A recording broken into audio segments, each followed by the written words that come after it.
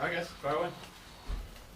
Hey Patrick, has the nature of your discussions with Andy in the last couple of weeks been any different than usual? Do you guys talk about different things? I mean, we talk about different things just considering the game that we played before.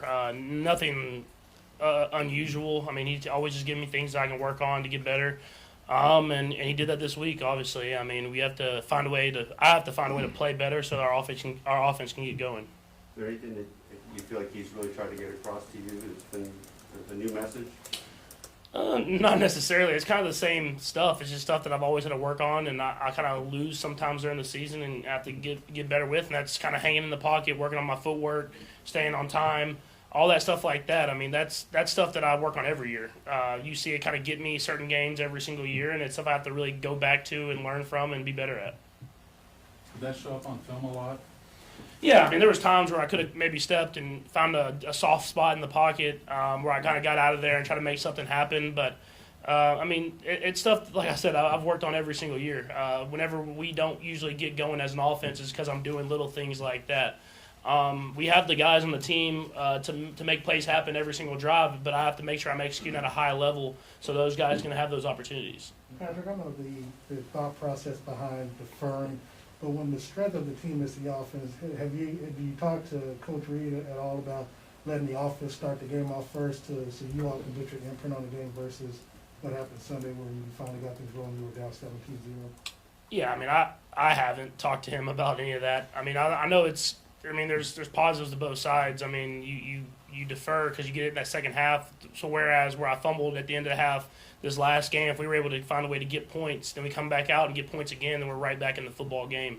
So there's positives and negatives to both sides of it. But I kind of leave that up to Coach Reed, and whatever happens, you kind of just go out there and roll with it. Do you have a preference though?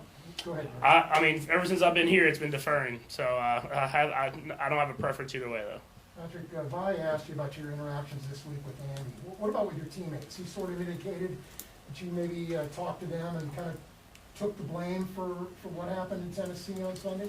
Yeah, I mean, you can just watch the tape and know that I needed to play better in order to have success. I mean, there was plays where guys were open. There's plays where we had matchups downfield that I didn't hit. That I usually would give those guys opportunities to make plays. So, I said stuff to them saying that I got to be better. But at the same time, they have that mindset. They're gonna try to build me up. So I mean, it's a thing where you're not gonna play your best game every single game, and that's when you really have to rely on those other guys to kind of step up and make plays for you. Patrick, one of the better plays in your career, signature plays, was actually the run against Tennessee, and it was scrambling and doing that. So how do you kind of marry, okay, we got to focus more on pocket presence, but let's not completely lose that aspect of my game either? Yeah, it's something I always have to battle with.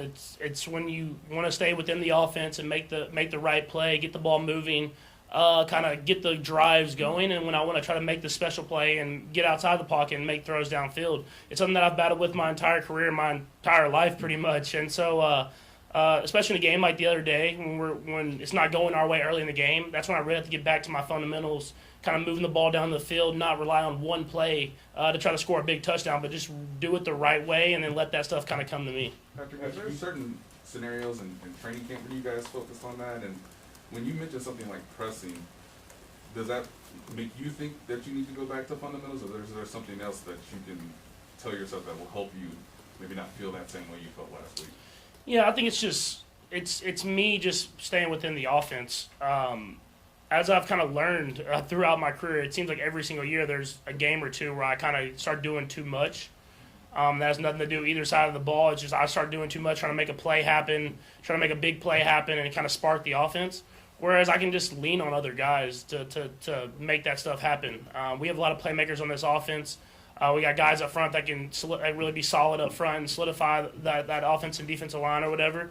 And so for me, it's about staying within that, getting the ball out of my hand, getting stuff rolling, getting the momentum in our favor, and then if that big play happens, I let it happen. Don't just try to go out there and make it happen.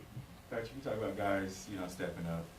Byron Pringle's been one of those guys week in and week out.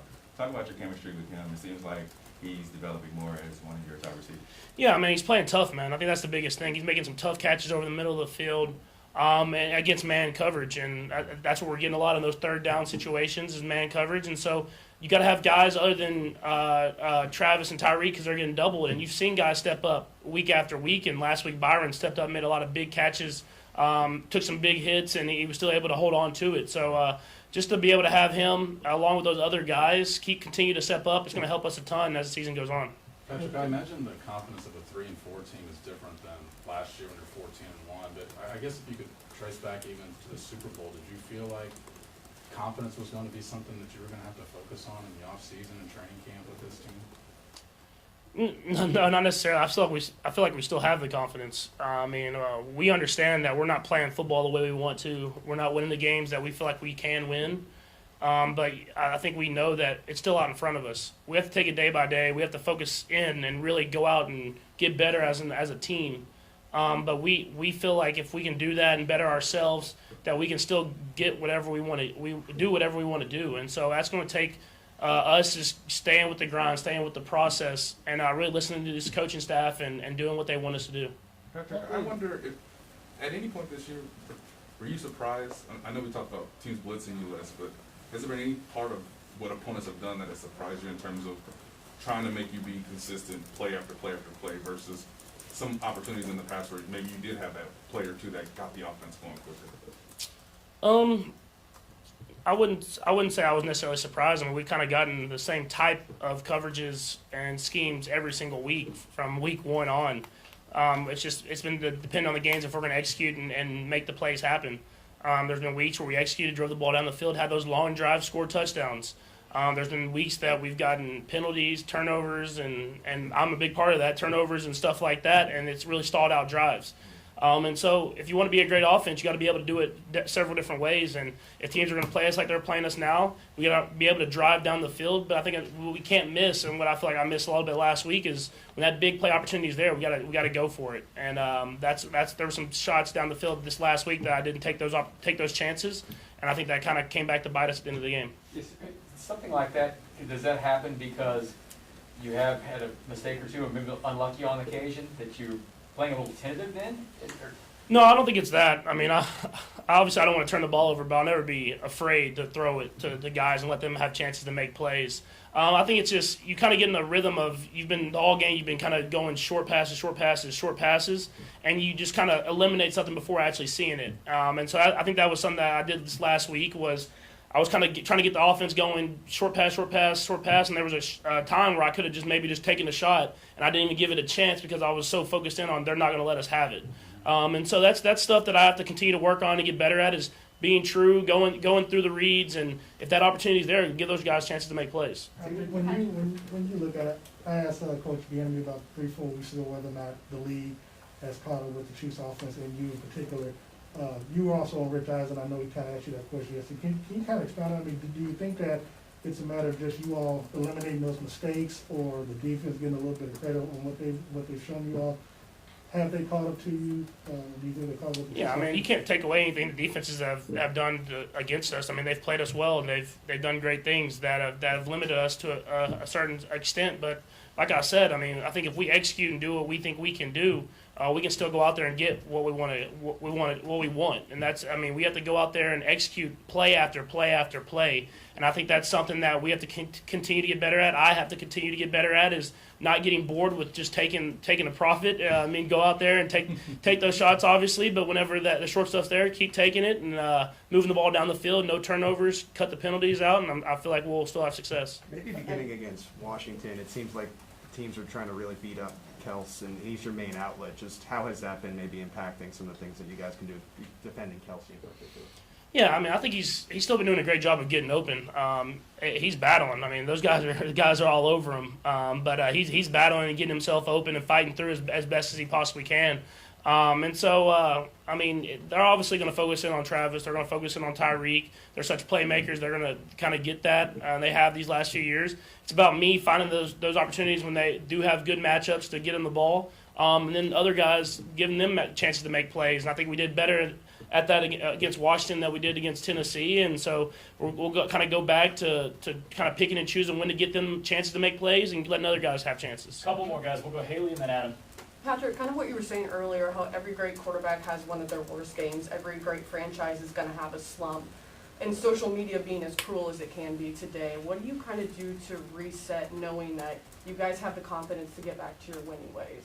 I think just believing in each other. I mean, we have a lot of guys in this locker room that have won a lot of football games and played a lot of great football. So we don't really worry about what other people outside this building say. I mean, we just focus in on what we know we can do and what we're going to try to do the rest of the season. Patrick, you're coming up on the anniversary of that crazy Monday night game you had against the Rams a few years ago. What do you remember about that game, and can you imagine a game again with so much scoring? Although, now that I asked the question, I guess you had a few in college. Yeah, I mean, that was a crazy game. Obviously, it would have been a lot better if we won. But I mean, we battled. I mean, we went out there, battled against a great football team. I believe it was in the Super Bowl that year. And we're playing up against a really good football team this week as well. So luckily enough, we're going to be at Arrowhead this time. So hopefully we can continue to battle and have a better memory and hopefully maybe win.